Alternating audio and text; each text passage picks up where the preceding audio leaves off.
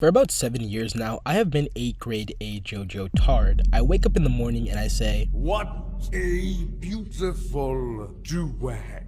I go out into some beautiful scenic nature and I think, Made in heaven. I see a fine shoddy and I get Sticky finger. I was first diagnosed with this particular affliction way back around the end of part 4's airing. My all-time GOAT streamer, Etika from the Etika World Network, reacted to JoJo on his stream. And over the course of genuinely the funniest and most entertaining series of reactions you'll ever see, introduced me to one of my favorite pieces of media across anything. From that day forward, JoJo references have incubated in me like a cordyceps infection. I was the kid in the back of my middle school class rocking the tan cargo shorts and the Zelda t-shirt, spouting off to my friends about Zawoldos and Stan Arrows as I read through uncolored half-translated part 5. I've binged every second of the anime that's available. I own 2 of the art books and the imported Japanese manga. Shit, I'm such a meat writer. If Araki requested I lick his toes, I'd do it without hesitation. Suffice to say, I've loved JoJo for a long time, and as long as I've been committed to the one true religion that is the JoJo's Bizarre Adventure series, there have always only been 8 parts.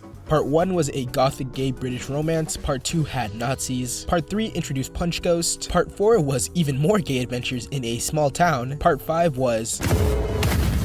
Part 6 was Woman, and Part 7 was America, baby!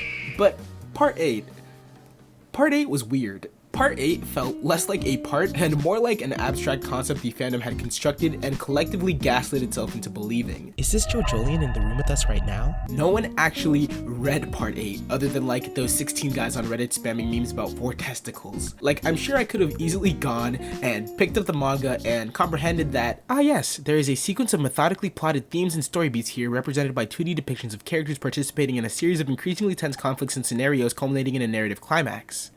But then I'd be one of those reject losers who had to wait monthly to consume more JoJo, and like, oh god, anything but that. I was perfectly content enjoying my tangible, totally real 7 parts of JoJo, and waiting however long it took for part 8 to materialize from the ether, always comforted by the notion that no matter what, I always had more JoJo to look forward to consuming.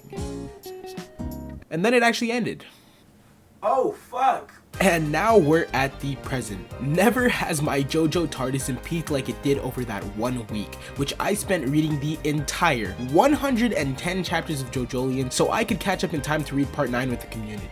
Over that week, I experienced confusion, hype, love, sadness, loss, confusion again, and again, and again, and asked myself more questions than I thought possible. Like, why does this guy have 4 testicles? How did they get this Lamborghini into a tree?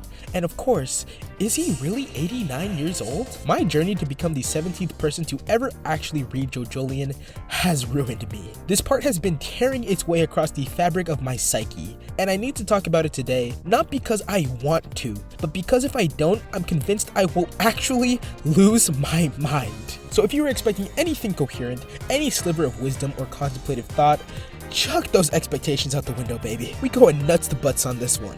All 4 of them. Johos and Jobros, please join me as I try and sort through my complicated feelings on the overcooked madness that is JoJolion.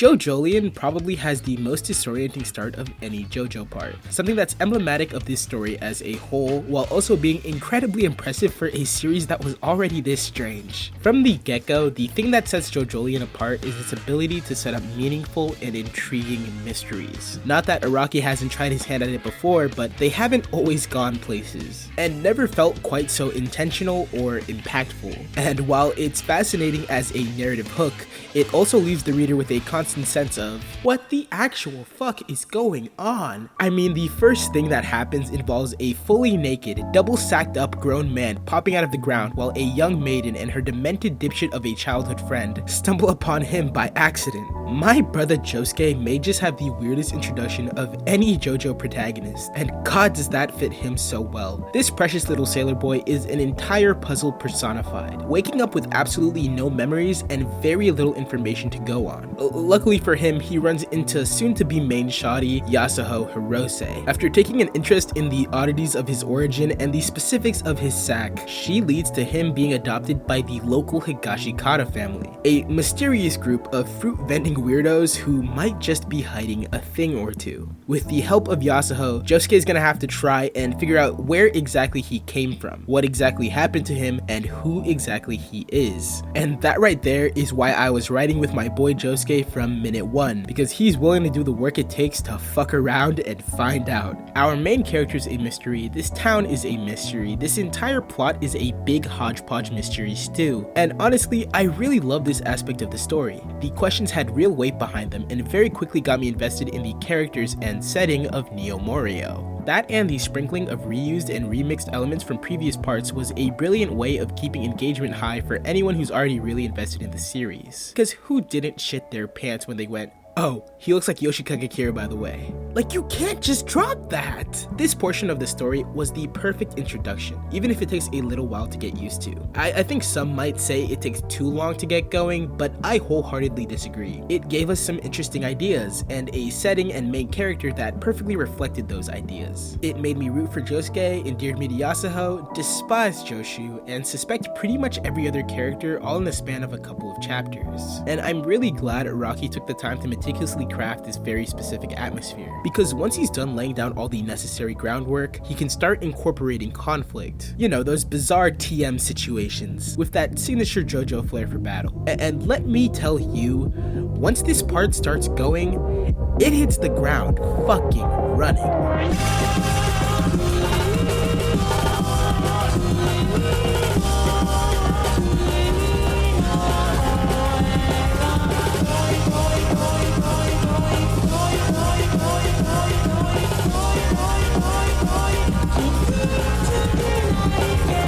I do not take a statement like this lightly, but the chunk of story between California Kingbed and Vitamin C may comprise the best stretch of stand battles in story JoJo has ever seen.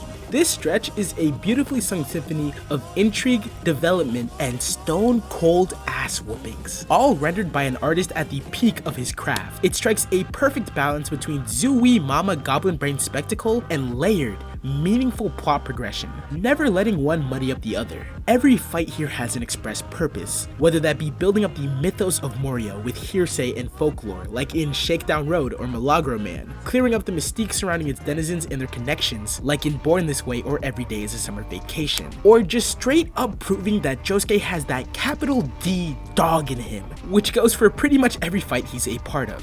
Every Joestar is cold, but something about the way Josuke in particular slides on his ops is downright diabolical. Just look at the way he stunts on motherfuckers. Araki flawlessly realizes so many themes while weaving them into the conflict naturally. And I think part of the reason it reads so well is because all of that conflict is expressed through some wonderfully creative abilities. One thing that defined Part 7 was its relatively subdued stands, the power and abilities they possessed being significantly reined in. This was a breath of fresh air that cleared up some of the contrivances that were starting to plague many of the series' fights, focusing on one clearly defined ability that could be applied in multiple ways, rather than the multi-ability bullshit that was stands like Gold Experience or White Snake. Most stands in the part didn't even have a physical form, and felt more like tools that the user had to handle with skill and technique that could be honed over time. Couple that with the introduction of the spin as a pseudo-hormone supplement to the whole system, and you have one of the most dynamic and compelling power systems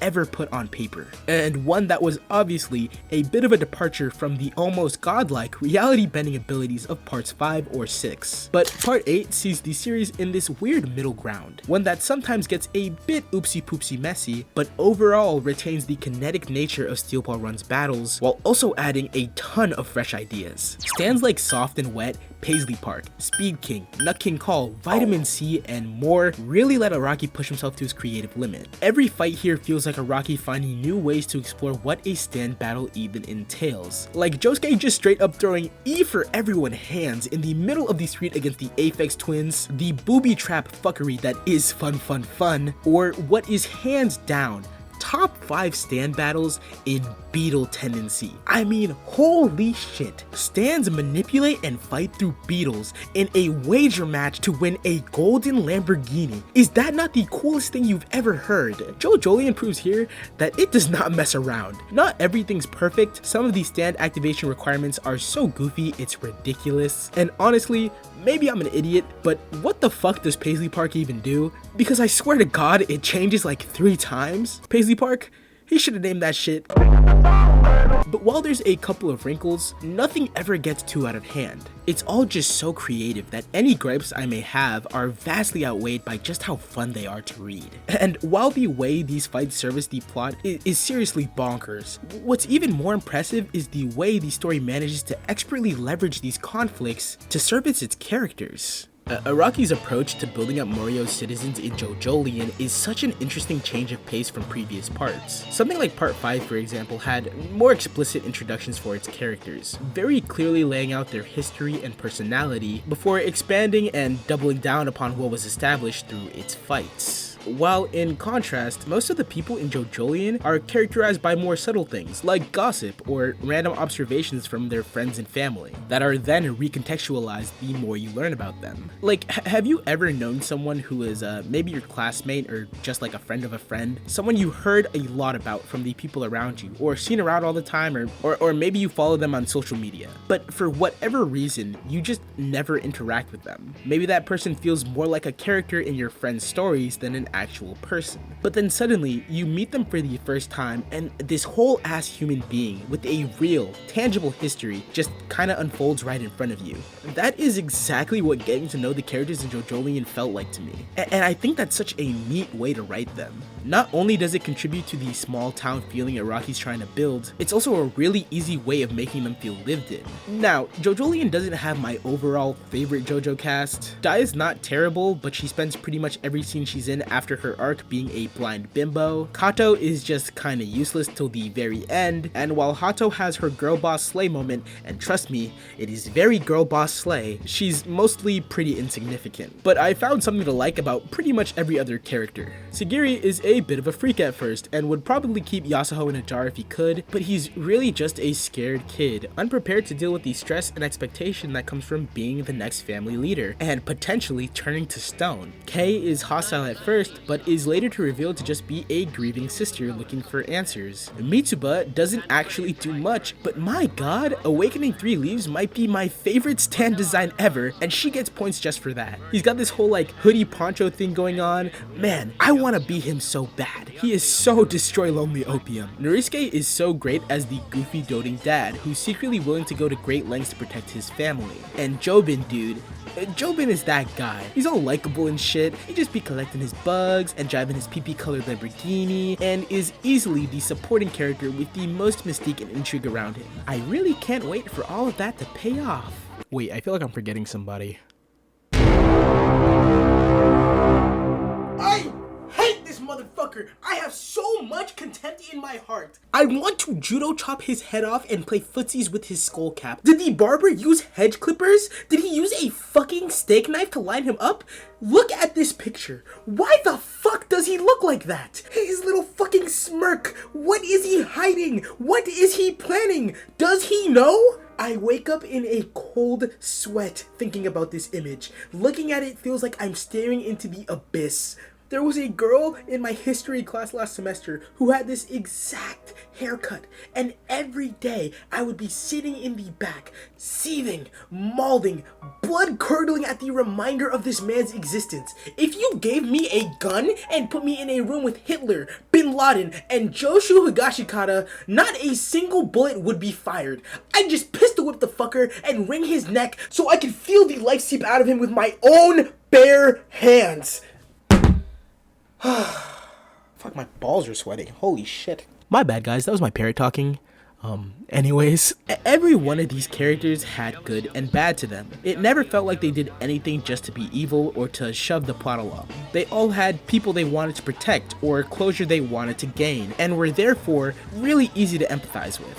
But of course, while all of this is seriously a testament to Araki's character writing, and I really do like everyone I just mentioned, none of these guys, not even my darling Jobin, even comes close to matching how much love I have for our two main characters. Josuke and Yasuho are incredibly endearing, man. It's so hard not to like these two because they work together so well, not just on their own, but as a unit. A delve into the romance genre was in no way what I expected from Araki, but I love that he toyed around with it. It's a surprisingly good fit for the series. From the jump, it's really clear that these two are intertwined in some way, and getting to see them mature and deepen their relationship, man, it's cute as hell. I don't think any pair could top Johnny and Gyro as my favorite deuteragonist, but these two make a solid attempt. I love that one chapter where they just hang out after a fight. They hadn't seen each other in a while, and they both nearly died, and Sagiri just hit a dude with a bus. Suffice to say, it was a stressful day for everyone involved. But when they finally reunite, this instant sense of relief and safety and trust just comes across their faces. And it's adorable. They just sit together and sing stupid little songs about large fries and fried chicken. It's so refreshingly small and intimate in the way a real date would be. I wouldn't know, I get no hoes. And I like seeing them just enjoy each other's company. Honestly, I wish part 8 had more of this. Not just for these two characters, but for everyone. Occasionally taking more slice of life cues from Diamond is Unbreakable.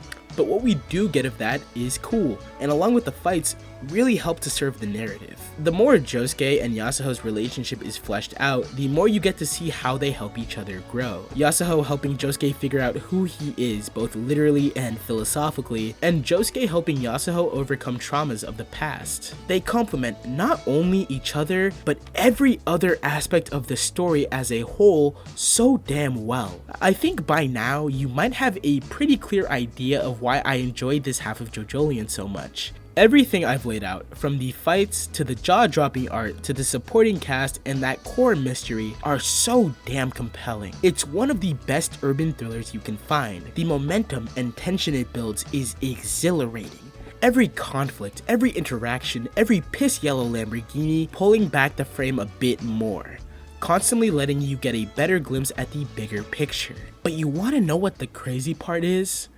We haven't even reached the peak yet. Vitamin C is a fucking masterpiece. It takes everything that makes JoJolion great and weaves it into a stunning climax. From the second Tamaki Damo steps into the Higashikata household, you as a reader are on DEFCON 3, and a landslide of questions run through your head. Why the hell did Hato bring home a Discord mod? Did he buy her nitro? How is he this awkward? What's with these random fingerprints appearing on everything? Did she really have to tell her dad she got railed? Why is there gross, gooey, sticky, clear stuff on the walls? Wait a minute, that fax was supposed to be Josefumi's passport. Why is it a picture of the Discord mod? And oh shit! They turned Daya into a fucking puddle! All of a sudden, every character's in danger. This strange man who would normally be written off as a corny, fugly male cougar, suddenly revealing himself to be a cunning, cold, ruthless killer, taking control of the situation and dangling the lives of the entire cast in his hands, immediately establishing himself as an imposing force who is not to be messed with. And to take things a step further, he exhibits knowledge of not only the crucially important Rokakaka fruit, but Josuke's origin as well. In just a brief amount of time, this man is conveyed to be the most important antagonist JoJolion has seen up to this point, and because of that, both the audience and Josuke himself have a greater vested interest in this conflict than any previously seen.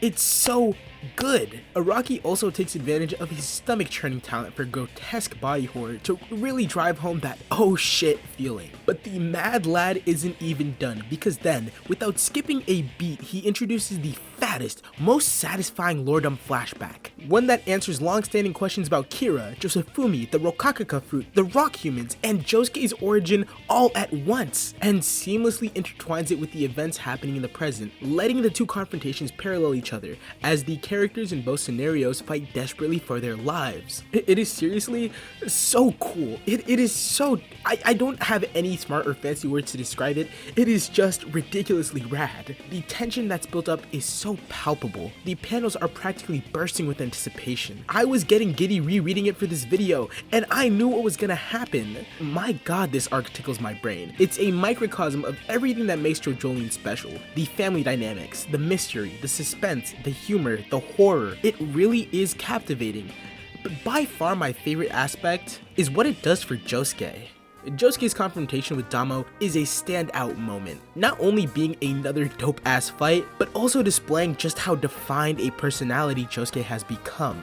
This kid who was once nothing, once no one, confronting an evil from his past with ideals and conviction, putting trust not only in himself but also in his allies, displaying the steadfast resolve that could only come from a true individual. And when Damo is critically injured, when he escapes the house and flees for his life, this man Josuke is on his ass like a big lemon pepper stepper. He isn't playing no damn games. He slides on Damo in broad daylight on a busy street and without an ounce of hesitation runs his shit, fucking executes him in what is one of the coldest protagonist moments I've ever seen.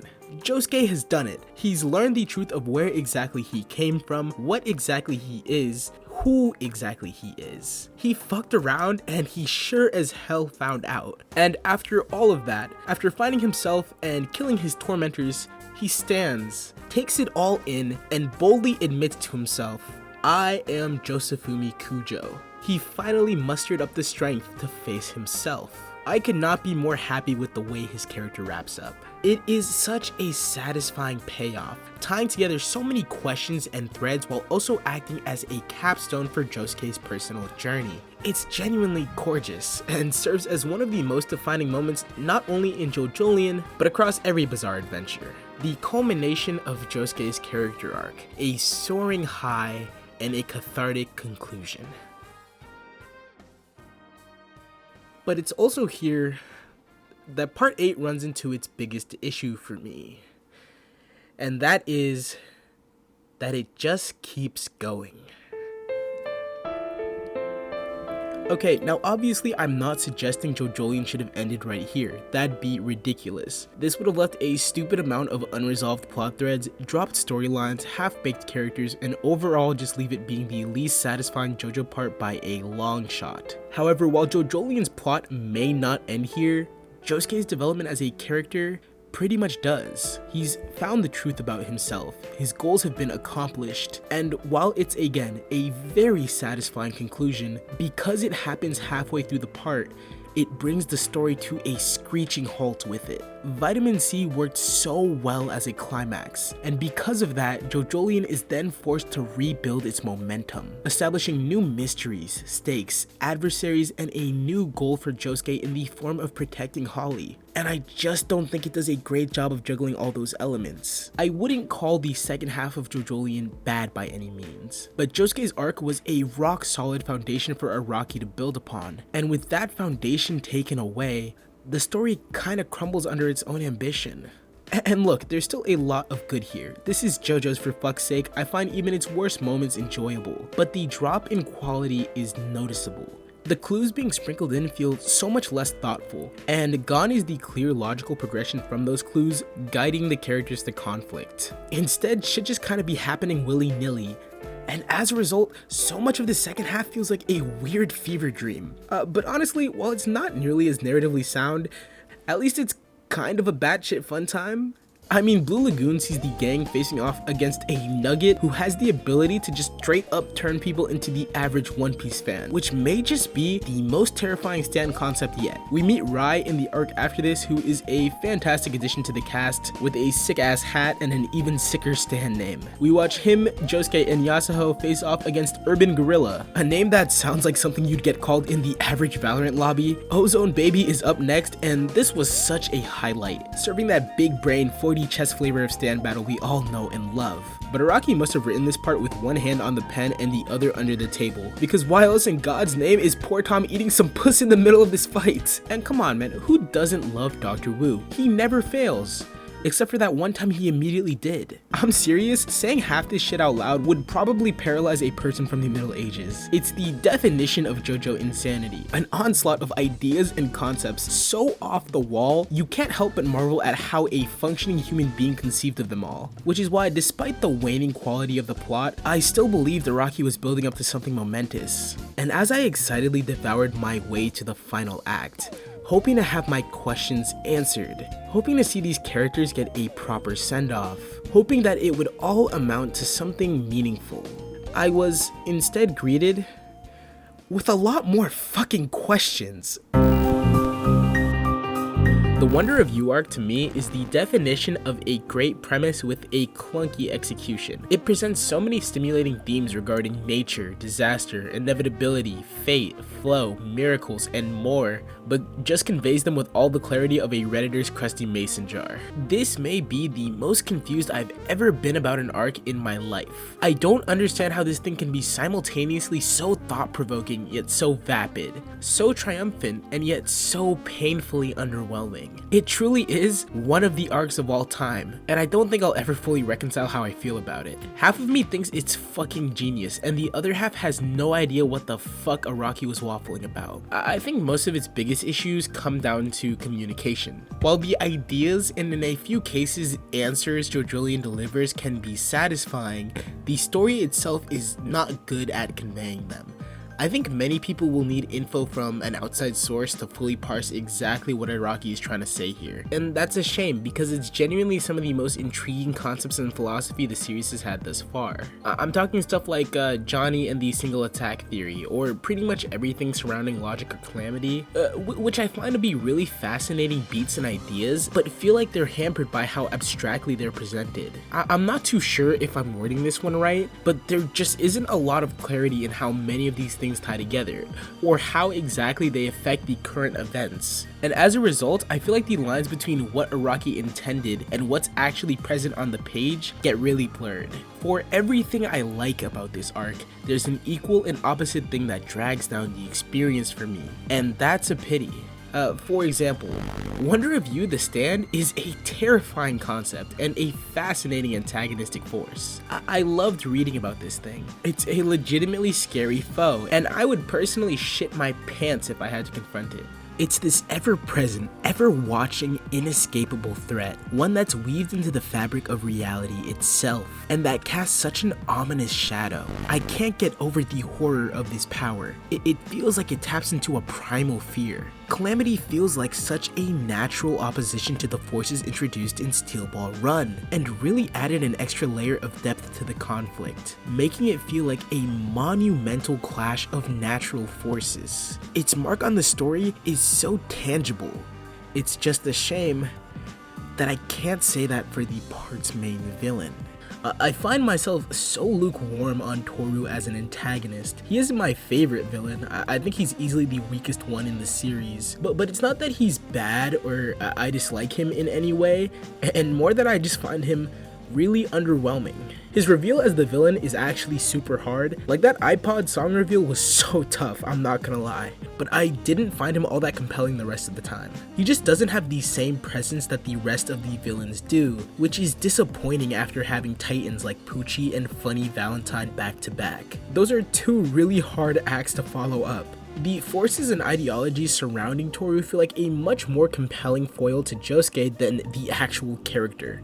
I think it's pretty telling that him and Josuke don't even have their final confrontation face to face, and that the forces of calamity supersede Toru's place in the story, literally outliving him. And come on, you're telling me my perfectly pristine Pillow Princess Yasuho was getting her gooch greased by this blue Yeti mic-headed ass motherfucker with his Gary the Snail looking ass fro? Harriet Tubman has a cleaner lineup than this man. Ain't no way this happened. See, I love Wonder of U, but I'm extremely apathetic to Tooru. But since they're so closely intertwined, it creates this weird dissonance and my feelings end up all jumbled. And that kind of sums up the whole arc for me. It's a constant volley of catharsis and caveats, and the ending just gets messier and messier as it goes on.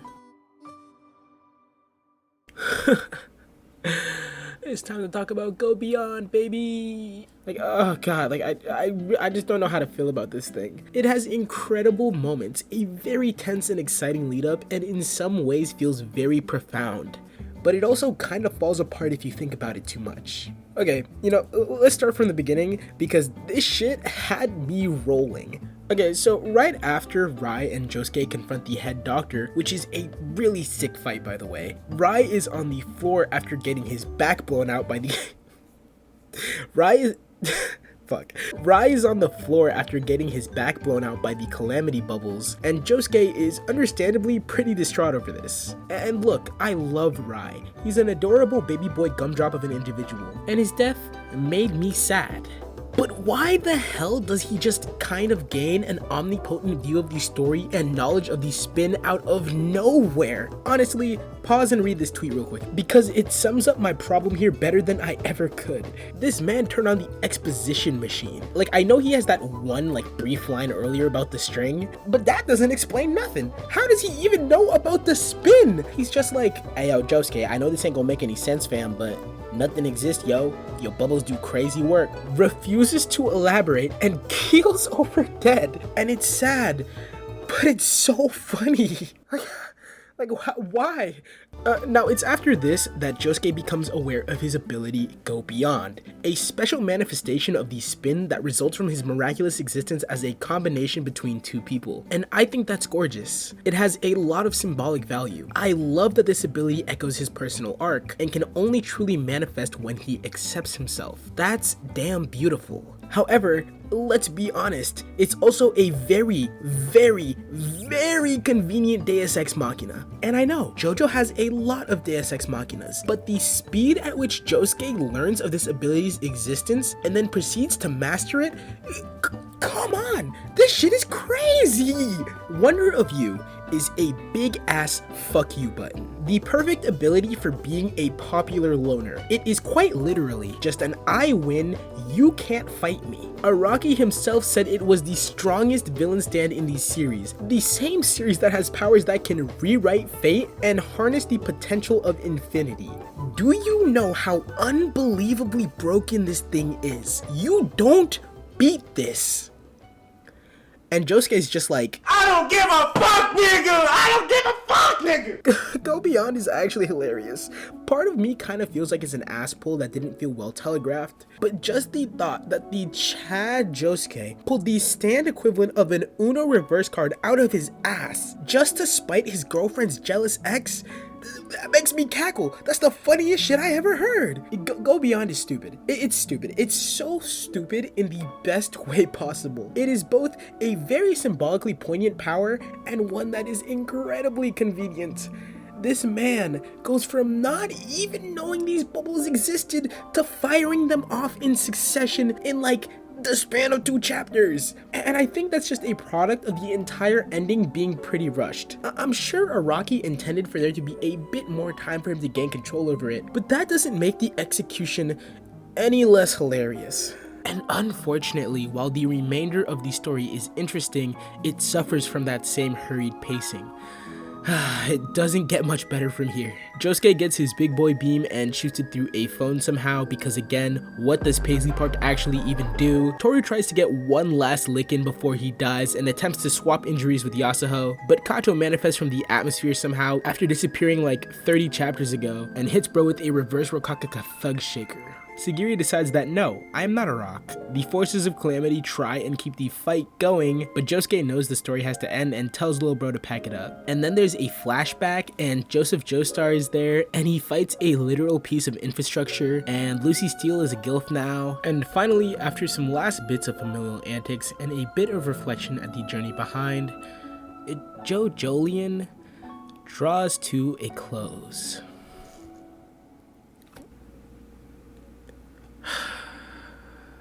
Look, I've said a lot of shit in this video. I've praised this part, I've questioned it, I've joked about its eccentricities, I've ridden its highs and taken the brunt of its lows. I've listed a lot of complaints that you may or may not agree with, and I've damn near lost my mind trying to come to terms with it. And from my tone and audible exasperation, it might seem like I kinda hate this part. But as much as I waffle on about narrative cohesion and Harriet Tubman lineups, I want you to know that by the end of JoJolion, I was still left with a sunny disposition. And after a lot of thinking, I believe the reason is that despite a lot of the mess, it still managed to do right by its central theme. At the very beginning of JoJolion, we're told that this is a story about breaking a curse. And while it definitely got sidetracked on the way, I believe it told that story. It showed us these characters' struggles, walked us through their hardships, and allowed us to share in their trauma. By the end, some things are still the same, Taya is still a blind bimbo, Hato is still kinda insignificant, Jobin still fails to live up to his potential, Joshu is still the scum of the earth, Yasuho is still feeling the effects of her past, and Josuke is still, and will only ever be, Josuke. But they've also changed in a lot of ways. There's a profound sense of loss that's now shared among them. The type that only comes from trying to pick up the leftover pieces. The type that only comes from trying to move forward. And when I saw them gathered around that fruitcake, beaten, bruised, and barely holding things down, but together, united in this makeshift little shit show of a family. I don't know, man. That did it for me. I don't think anything like JoJolion exists. It tackles a lot of themes and ideas in ways I've never seen before, and I value it just for that. The fact that there's so much here to reflect on and relish in is a testament to how goddamn remarkable Hirohiko Araki is. It's unbelievable to me that an artist this accomplished in a series this storied is still firing on all cylinders 30 years into his run, continuing to try new things and break his own boundaries with every installment he puts out. Shit gets messy when you're unwilling to rest on your laurels, but that's okay. That's just human. There are things that we call our favorites despite knowing better than anyone the parts that are kinda bad. Naruto's side characters fall off and it has a shitty ending. Bleach characters talk too much during fights. Dragon Ball Z's power scaling is fucking ridiculous. Death Note falls off in the second half, etc, etc, etc. And we can recognize the validity of those flaws while still choosing to find meaning in that media anyways. And JoJolion ranks among those for me. There are parts that, quite frankly, suck ass. And yet it's been months and I can't stop thinking about it. I drove myself insane making this video because despite the bullshit, I deeply cherish what was done here. Yes, it's flawed, but those flaws are the mark of an author who's still trying his hardest, and I can't help but admire that. Anyone can love a thing because, that's easy, but to love something despite, to know the flaws and love them too, that is rare and pure and fucking perfect. JoJolion is stupid, overly long, the ideas don't always land, parts of it are underexplained, its cast is underutilized, the plot falls off a bit of a cliff, its villain is pretty mid, it fails to tie up all its loose ends, its final fight is anticlimactic, and overall, it really trips and falls on its face at the finish line. I know that. I recognize it shits the bed, and yet I still think it's something you'll be compelled to embrace with your whole heart. JoJolion is an overcooked, bloated mess. But goddammit, it's my overcooked, bloated mess. And I love it.